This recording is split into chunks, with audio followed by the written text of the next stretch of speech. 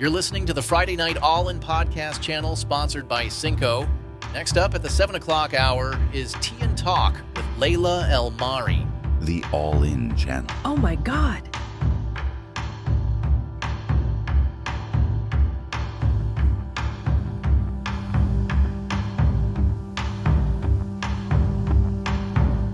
Le silence est un luxe rare.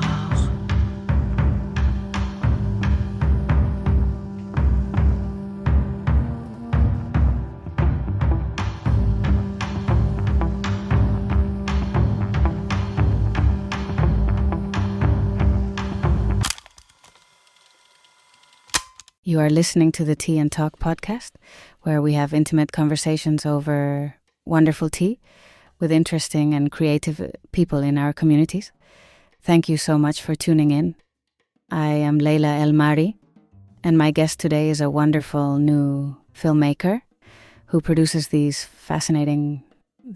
brilliant documentary films tackling social issues like racism, history, religion, and so much more. He currently has 3 films streaming worldwide on nearly a dozen platforms, including Prime Video, Apple TV, Roku, and many more. He is a very lovely person, and I have been looking forward to having some tea time with him. Please welcome Abassi Okoro. Thank you so much. How are you, my friend? I'm doing well. Thank you for asking. Thank you for joining me today on Tea and Talk. Do you drink tea? I do drink tea, actually. What is your favorite tea to drink? Wow.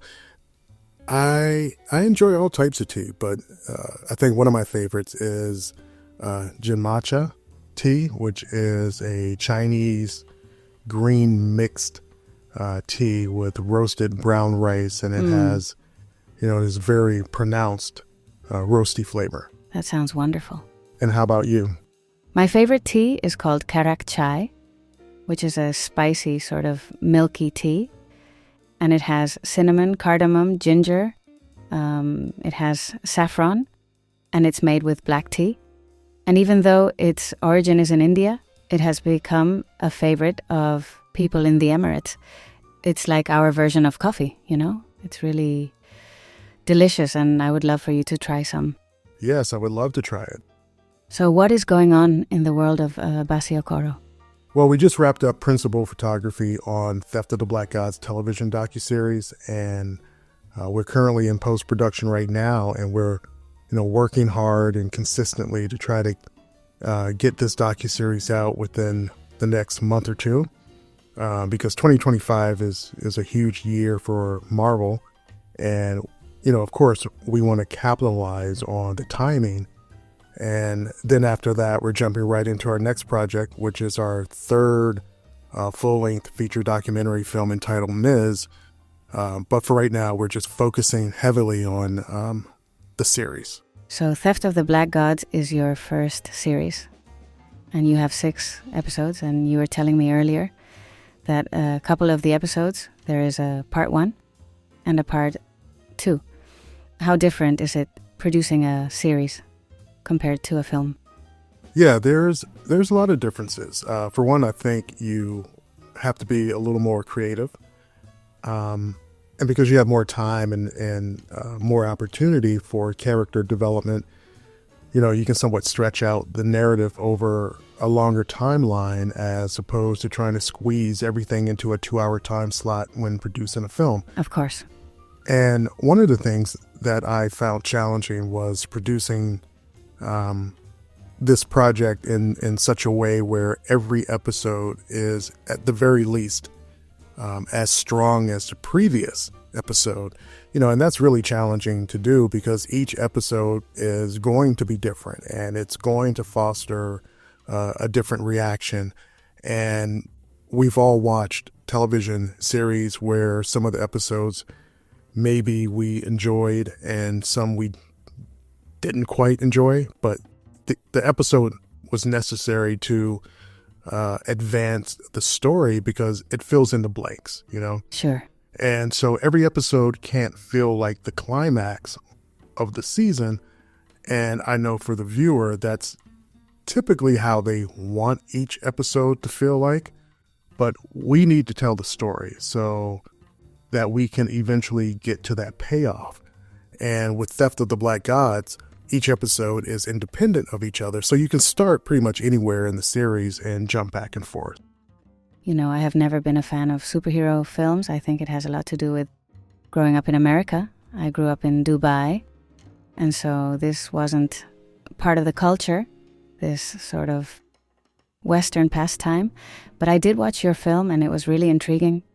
And the series, which is Theft of the Black Gods Decoded, sounds really interesting. My question is, can the casual viewer or the viewer who is not well experienced with these superheroes and comic book stories, what can they walk away with after watching this series? No, you don't have to be a fan of superheroes or comic books to appreciate this series, because it's much more than superhero lore. There's history, there's mythology, archaeology, philosophy, metaphysics, and the comic book characterization is actually a minor aspect of the storytelling. Okay. What we're saying is that these mythological and historical stories existed previously. Right. And we have constructed our belief systems around these ancient narratives. And it's not just sensationalized stories, of heroes, but it's also our religious beliefs. It's our political beliefs. It's how our cities and our societies were built. So if you like history and you enjoy discovery and learning about how these mythical figures came about and how to connect the dots, especially as it relates to Black heroes, then you'll definitely take away from this series. And if nothing else, it gives an idea of how these stories change and get altered over time. And I think that's the real message with this series. So it's like the savior complex. Well, it's challenging for America to see any type of saviorship being anything but white. I understand the mindset behind this, and it's a complex topic because it can be due to racism, but it can also just be instinctive, Right. All people tend to be drawn to a protagonist that looks like themselves. In India, the protagonists tend to be Indian. In Asia, the protagonists will most likely be Asian. In America, even though it's, a diverse nation with so many different ethnic and cultural backgrounds, there's still a majority class. And with white Americans being that majority consumer group, it's not so far-fetched for the protagonist in a film or in literature, in society on a whole, to be white. Makes sense.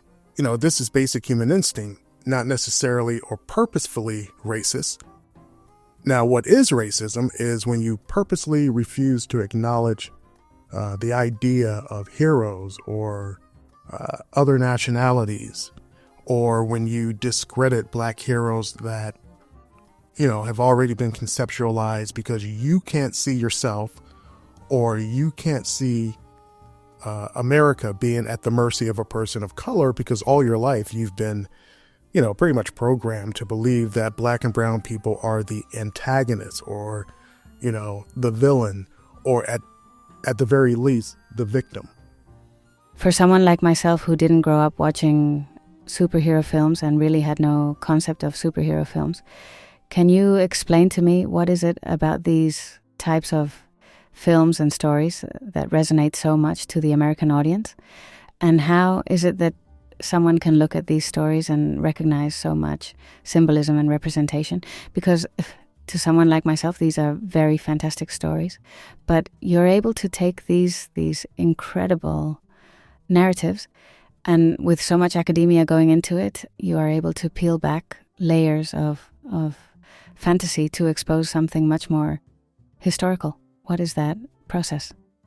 I think the process of peeling back these stories to reveal something hidden slightly beneath the surface is really a reflection of being indoctrinated by this type of storytelling. And at large, it's really a reflection of feeling persecuted by these stories. I think we look for holes whenever we find ourselves in a system that, just doesn't feel right. You know what I mean? Yes. If you're part of a society and all the things that makes up that society, people, institutions, shared beliefs, culture, if those things seem predatory and exclusive, then I think we instinctively look to see what those flaws are. And it's not really a matter of looking. That's never really been the issue. The issue is how to look and where to look. So the process begins with getting yourself to the point of realizing that these beliefs and history and stories, they no longer sound credible, and that also goes for religion. As a critically thinking, fully immersed adult human being, we can't continue to believe in certain religious beliefs no more than we can continue to believe in, Santa Claus or the Easter Bunny or the Tooth Fairy. So I think the process begins when we've exhausted all of our logic and reason.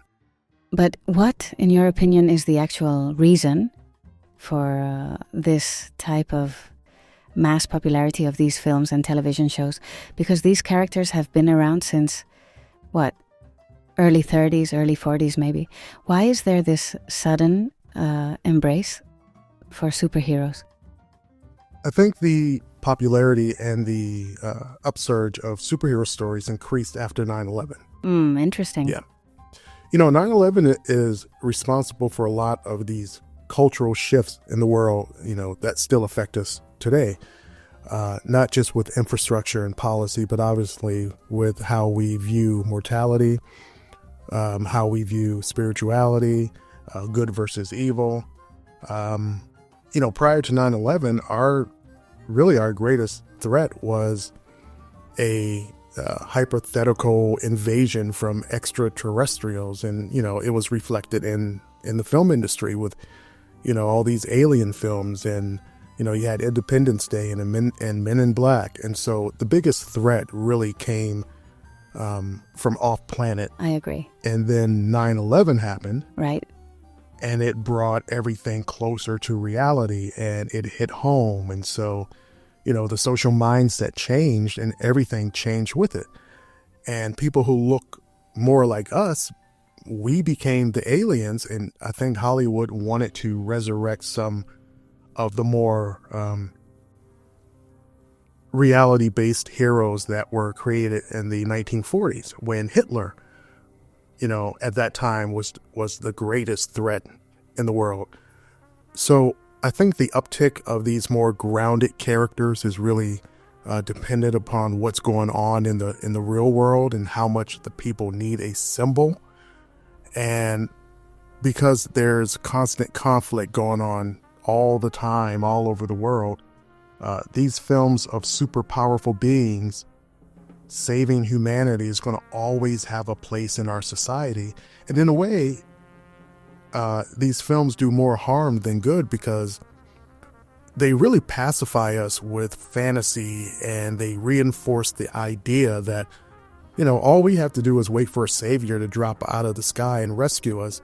And that takes away from us responsibility and accountability. And we don't make the hard decisions that we should make because we're waiting to be saved. If we can change gears for a minute here, I really wanted to talk to you about your very fascinating film, Default. Beauty is in the Eye of the Colonizer, which I greatly enjoyed, and it really resonated with me on a personal level because I see how race and skin color affect women in the Arab world. There's also a lot of judgment and colorism in the Arab world as well. In Dubai, where I'm from, there's this almost unattainable, unreachable level of beauty that is really unhealthy for Arab women because it's a region of the world that is also affected by Western aesthetics.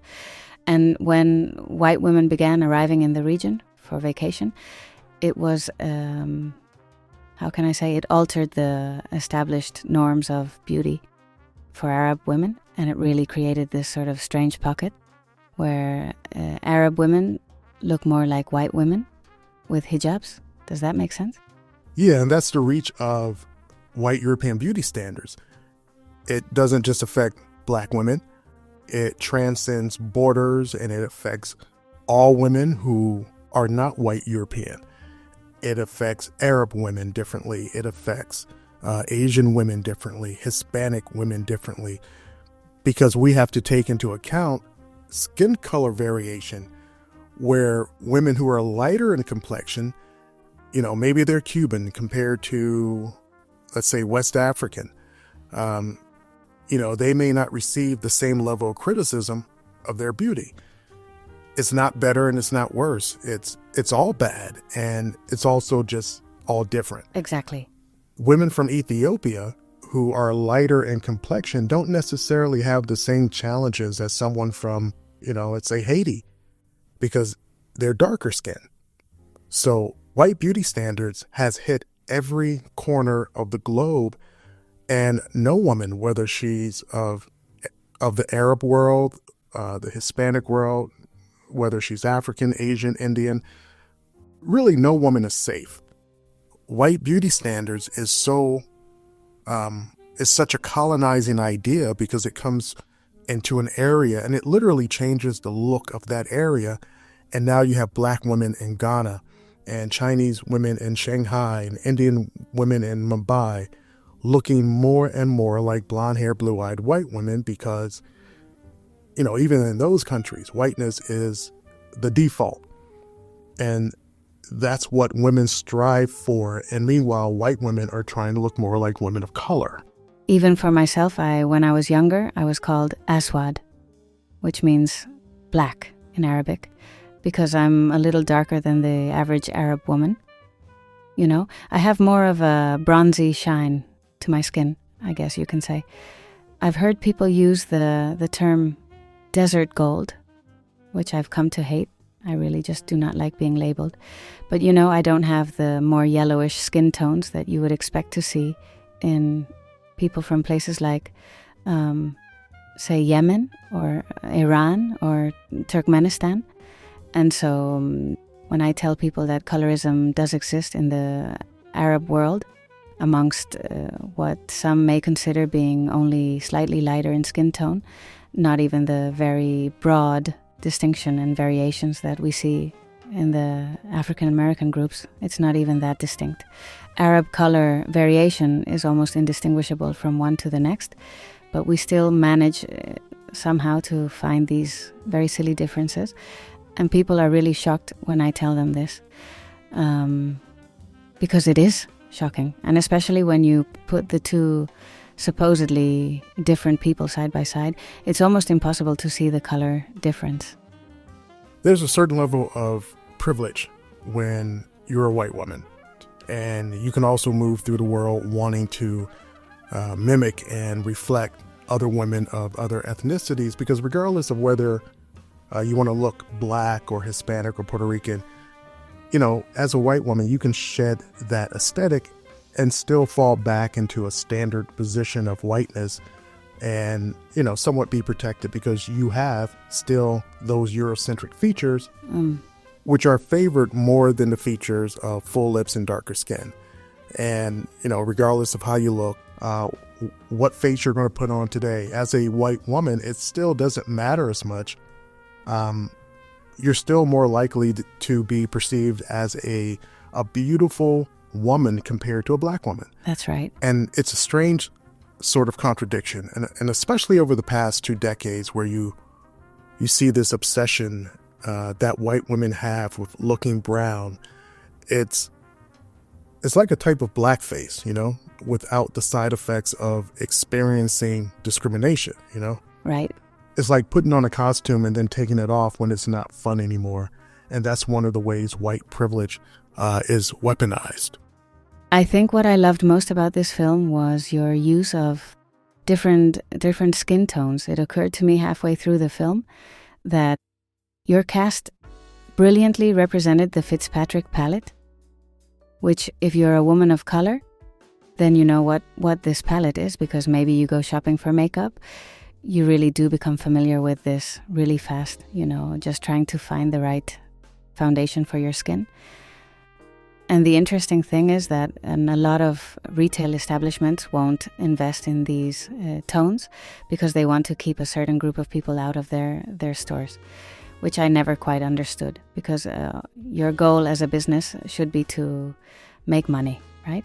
But your cast went from beige to reddish tan to toasted brown and golden, beige and bronze, almond brown, deep brown. I thought it was brilliant. Was that on purpose? It was. And, from the very start, I wanted to represent kind of the brown rainbow and say, hey, look, whether you're light skin, brown skin, dark skin, you're going to experience a level of discrimination that will be relative to your complexion, but it's discrimination nonetheless. And every cast member was able to articulate their trauma, whether it was being called ugly or feeling ugly or not thinking of themselves as beautiful or being called white when they weren't white or not being accepted because they were part this and part that, or being shunned because people didn't know what they were. I think it gave perspective to viewers that this level of self-esteem is ascending and descending at the same time on that totem. Exactly, and that just confirms that the glass ceiling is still somewhat that of white beauty standards or Eurocentric beauty standards, and it's really disheartening because even though there is this desire to look more, I guess you can say, ethnic by white women, because it really is the white women who are plumping their lips and darkening their skin and abandoning traditional European features to look more like women of color. And I don't think it matters which women of color they look like or want to look like. I think it's more about pulling away from whiteness. Earlier you mentioned a film you're scripting now, a film on interracial relationships. Okay, so tell me a little more about that project, because that sounds like something that is very pertinent to today and how so many people are still hung up on race and who you choose to have a relationship with. And it's something that I understand, but don't really understand, It's hard for me to comprehend why we're still having this race issue in the world. And I think if it was really about race, we would have gotten past it by now. So there must be another component to all of this. Yeah, so the film is called Ms., which is short for miscegenation, which was a term used primarily in the late 1800s and the 1960s. The term, which is a Latin word which means to mix, actually came about as a hoax concocted by the Democrats to discredit President Lincoln by claiming that the Republican Party advocated for the marriage between whites and blacks. And this was in 1863 during the height of the Civil War, but the term stuck, as well as the idea of race mixing, which created laws back in 1868 banning blacks and whites from getting married to one another. Not just here in the States, but also in Europe, also in Nazi Germany. Obviously, there it was a given that it was against the law to have members of two different races or ethnic groups marry each other. This was how the government legally criminalized relationships between people. And this law stayed intact in the United States up until 1967. That was only 2 years before I was born. Wow. So it's not ancient history, So only 57 years ago were people allowed to marry outside of their own ethnic group.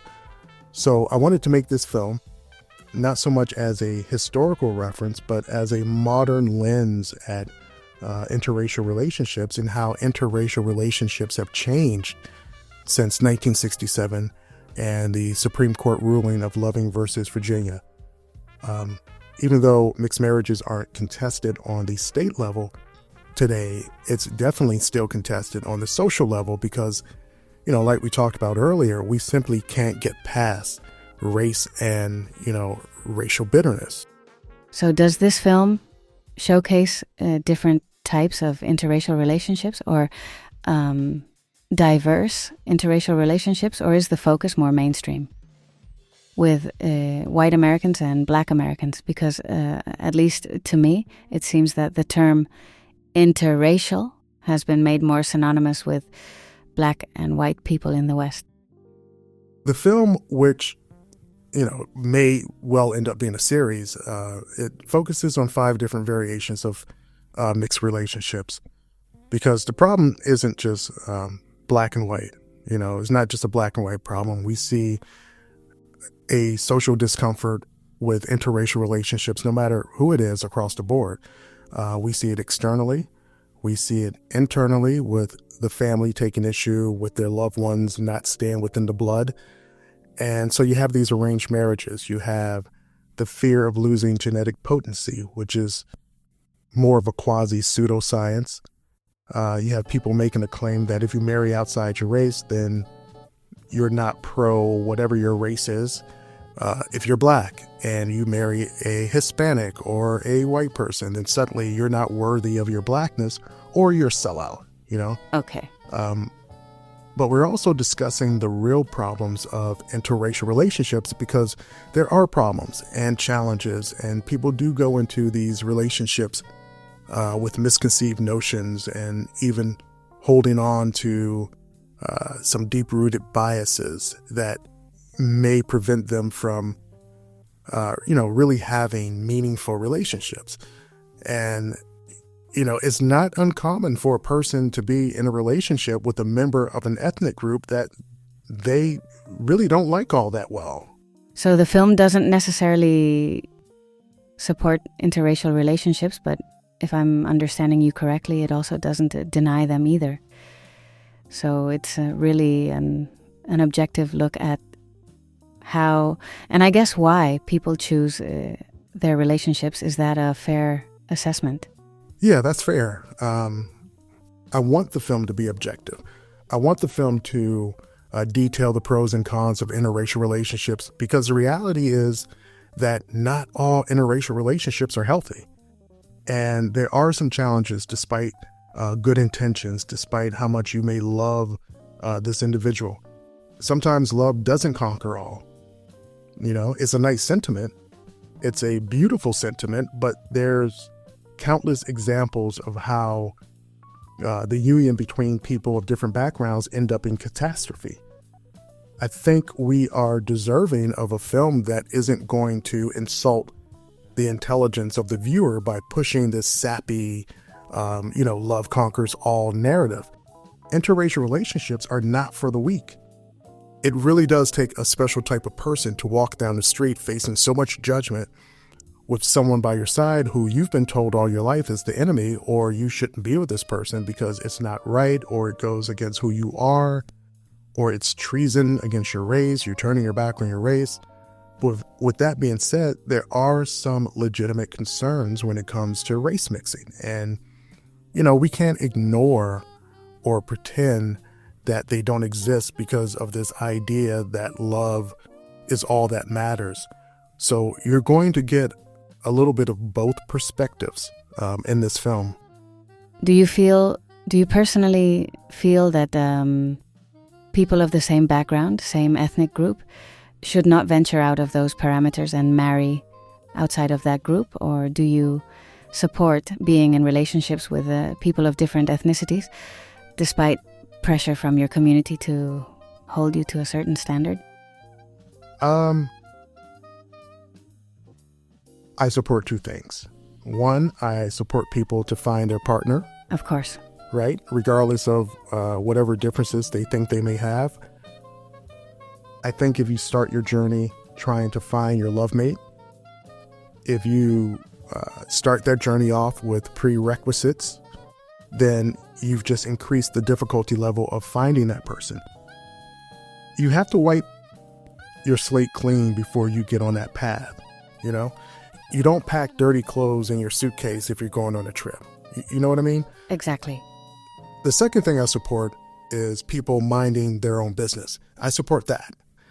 If I'm walking down the street and I see a black woman with a white man, I can't be so arrogant to concern myself with their personal situation. I don't know them and I don't know their personal situation.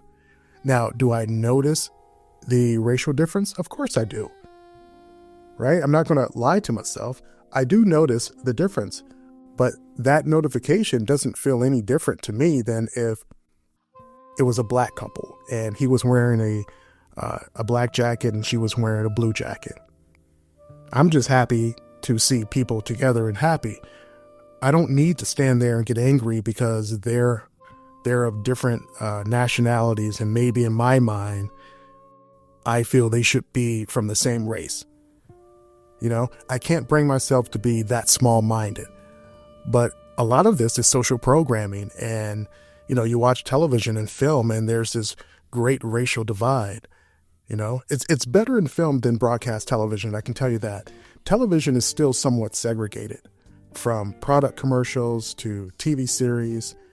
You know, not too long ago, there was this, I believe it was a Cheerios commercial, and there was this very cute, curly-haired, light-skinned black girl, right? And she was talking to her mom, who was white, about the health benefits of Cheerios, and then she goes into the other room to talk to her dad, who was black. And I remember this commercial just received so much negative backlash because it showed an interracial couple with this biracial child. And this commercial came out in I believe, 2018, 2019. So our society just simply isn't ready for interracial aesthetics, and television is proof of that. Do you feel that television and cinema is too outspoken? I don't think television and cinema has spoken out enough, actually. I think there's still a lot to discuss, and it really wouldn't even be so much to talk about if what we did talk about was fair and honest and consistent.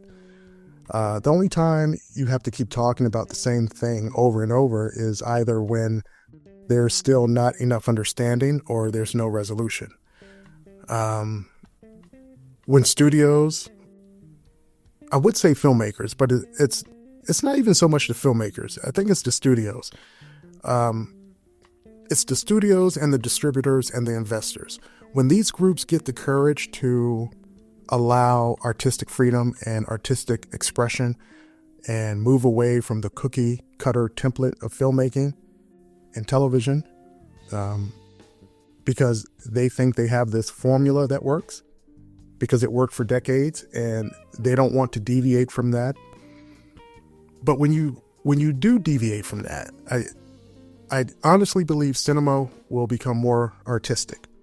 You'll have new stories that will emerge.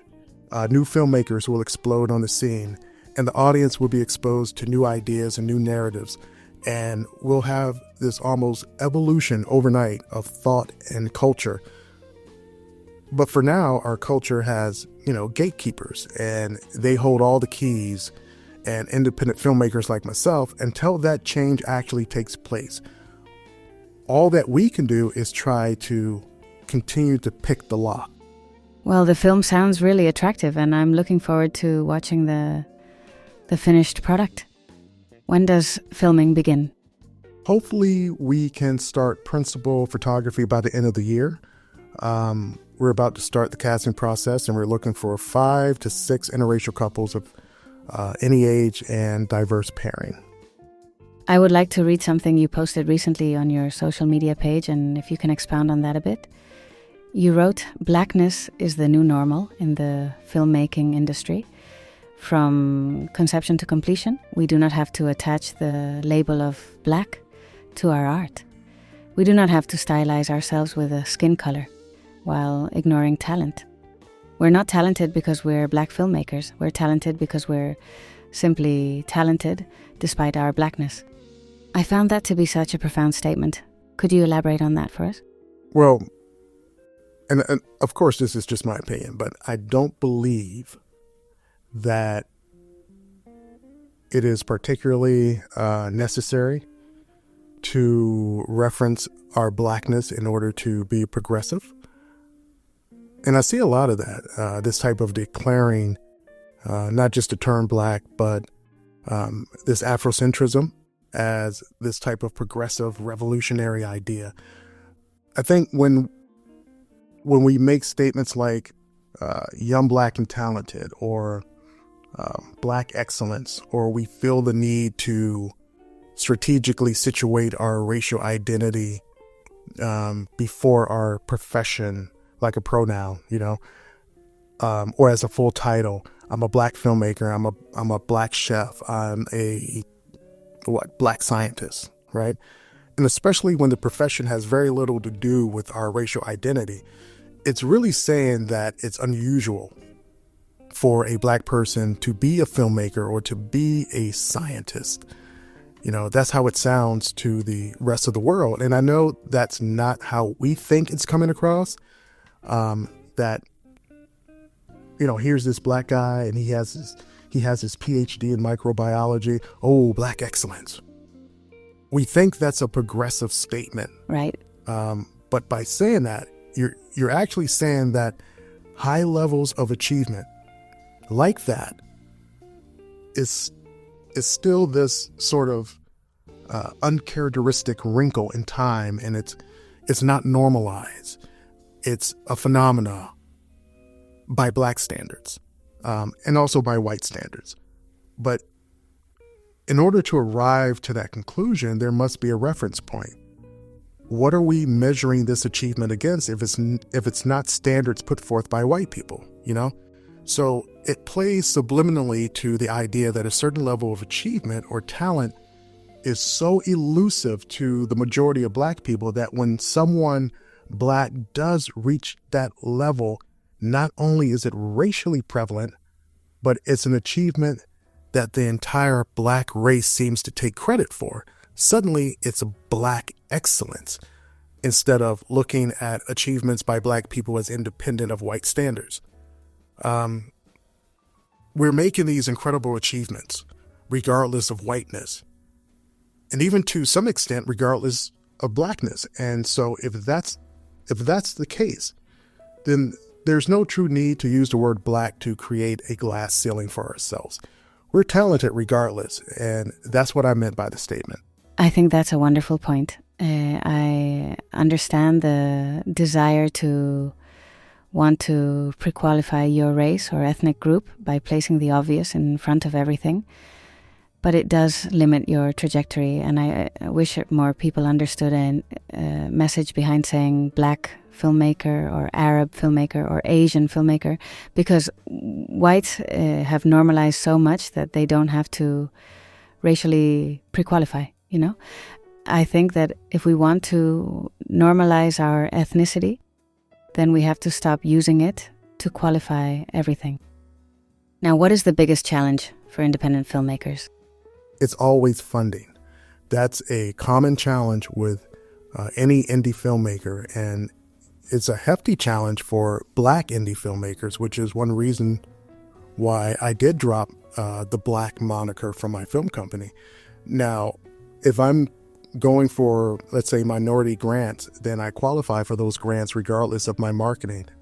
I am a minority owner of a business, but I don't need that moniker as a marketing tool. It hinders more than it helps, For example, once my product gets to distribution, I have to take into account how my film gets distributed, and if my film is assumed to be made for a specific target group instead of having multiple quadrant appeal, then that limits my visibility. If I'm crowdfunding, what does the moniker of black indie filmmaker mean to people who you are hoping will support you through funding and investment? Sometimes it means, hey, let's support black creativity and let's support black storytelling. But it can also mean to people that your film is of poor quality, lackluster storytelling, poor acting even, or it's a low budget film. It's unfortunate, but it is a reality. So it's really a slippery slope, because on one hand, you want to maximize the potential for community crowdfunding. However, on the other hand, there is this reputation that has been created around black indie films that has been regarded as being of low quality, compared to major studio projects. And what are the necessary steps that should be taken to change how the public or the Black public or even the public in general, how do you change how they view independent Black films? How do you change perception, I guess you can say, of Black filmmaking so that people would be more inclined or more enthusiastic about investing? I believe it starts with quality storytelling. I think the projects must be mature, intellectually relevant, intellectually critical. I think the Black perspective has to have smart story arcs and smart story structure. One of the problems that I've seen over the years with Black indie films is the screenwriting. It can at times be one-dimensional. It can at other times be written in a way that implies that this particular Black perspective is the only perspective. And I think we need to experiment a little with different styles of writing and push different perspectives, because we don't all have the same life experiences. We don't all have the same belief systems, the same political theories. And we need to explore this. But the main thing is that as filmmakers, we need to be accountable for the material that we put out. My projects, whether they're documentaries, a docuseries, or narratives, there's always a social commentary that is attached to it, whether it's race, and most of the time it is race, but it's also politics, it's classism, it's spirituality. And I take responsibility for those undertones, right? You know, I was asked recently if all my films will be about race. Well, no, not necessarily, but it will be a social commentary. That is my style of storytelling. So regardless of what story I'm telling, past, present, or future, it needs to be relatable on a social level. Of course. So if I decide to make a, space odyssey, for example, there will be a social commentary. If I make a horror film, it will be a social commentary. Because regardless of how much you suspend disbelief, you still want the audience to be grounded in some level of reality, or, at the very least, be able to see comparisons with whatever social issues they're having at the moment. To me, that is the art of storytelling. How do you feel about films that cast Black actors to play roles that are historically portrayed as white characters, whether fact or fiction? Because, there's been so much backlash regarding this race swapping in Hollywood. But you have this really wonderful series that proposes that most of these characters came from mythologies that are not Eurocentric traditionally. How do you speak to that? Unless the character's race is implicated in the character itself, meaning his or her race is contingent upon the identity and the mythology of the character, then sure.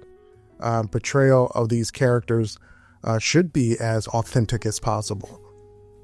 However, if race is not a prerequisite of the character, and you're just accustomed to this character being white, but whiteness is never implicated or even assumed or even crucial to the character's identity, then yeah, why not? Anyone can play the character, and it's actually silly to get upset over that. And that makes perfect sense.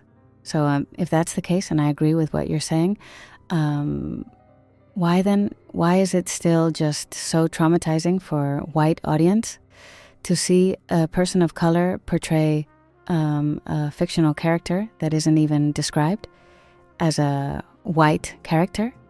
But there's a history of this character being Eurocentric only in the minds of white people? Because, of course, the film and television industry is dominated by whites. So obviously everything is going to reflect that, Is that a fair statement? It is a fair statement. I think the reason is because white America is in panic mode. For the longest time, white America has been gripped in fear of losing their position on the totem pole. And whenever we see representation of this, whether it's in politics or in film. For instance, Snow White being portrayed by a Hispanic actress, or Professor Snape in the upcoming Potter series being portrayed by a black actor, or Captain America being portrayed by Anthony Mackie. Even though a black man took the mantle of Captain America in the comics, still that type of surface change is frightening to a lot of white Americans, because it represents the idea that whiteness is no longer normalized. I mean, there was a time where when you said the word American, the first image that comes to mind is a white person, and that's not the case anymore. And white Americans simply don't know how to react to that. They feel like they're being discriminated against. They feel like they're tumbling down the rabbit hole. I said many years ago that white Americans will mistake diversity and inclusion as oppression against themselves. And I think this is one of the reasons why Donald Trump's presidency is so feared right now. Because unless you're of the 1% of the wealthy elite, even as a white person, you're screwed, because he is leveling the playing field while you're still in the game. He's not just screwing black people. He's not just screwing Hispanics or poor people. He's screwing white people as well. And white Americans have gotten used to being somewhat, insulated from this type of thing in the past. And let's be honest. We've had leaders in the past who screwed people. George W. Bush, he screwed people. Right. Reagan screwed a lot of people. Even Obama screwed people. But white livelihood wasn't as threatened with those leaders as it is now with Trump. I see. The possibilities of losing everything wasn't as realistic as it is now. Now you have a whole lot of white Americans who are starting to get a sense of what it feels like to be at the bottom, and possibly lose their inheritance and lose their benefits and lose their jobs and lose their homes and all their protections that they took for granted, something that people of color have been dealing with for centuries. So if white America wants to survive the next 4 years, then it would be in their best interest to mature past racism, to move beyond petty bigotry, being angry over what fictional character is being portrayed by which black actor or Hispanic actor, and to partner with people who have experience being at the bottom and have learned how to survive there. White Americans are no longer in a position to dictate or to even be racist. In the next 2 years or so, we're all going to be equal. And I know America loves to brag on its equality. Well, we're about to get that equality, just not in the way we think and not in the way that benefits anyone. Excellent.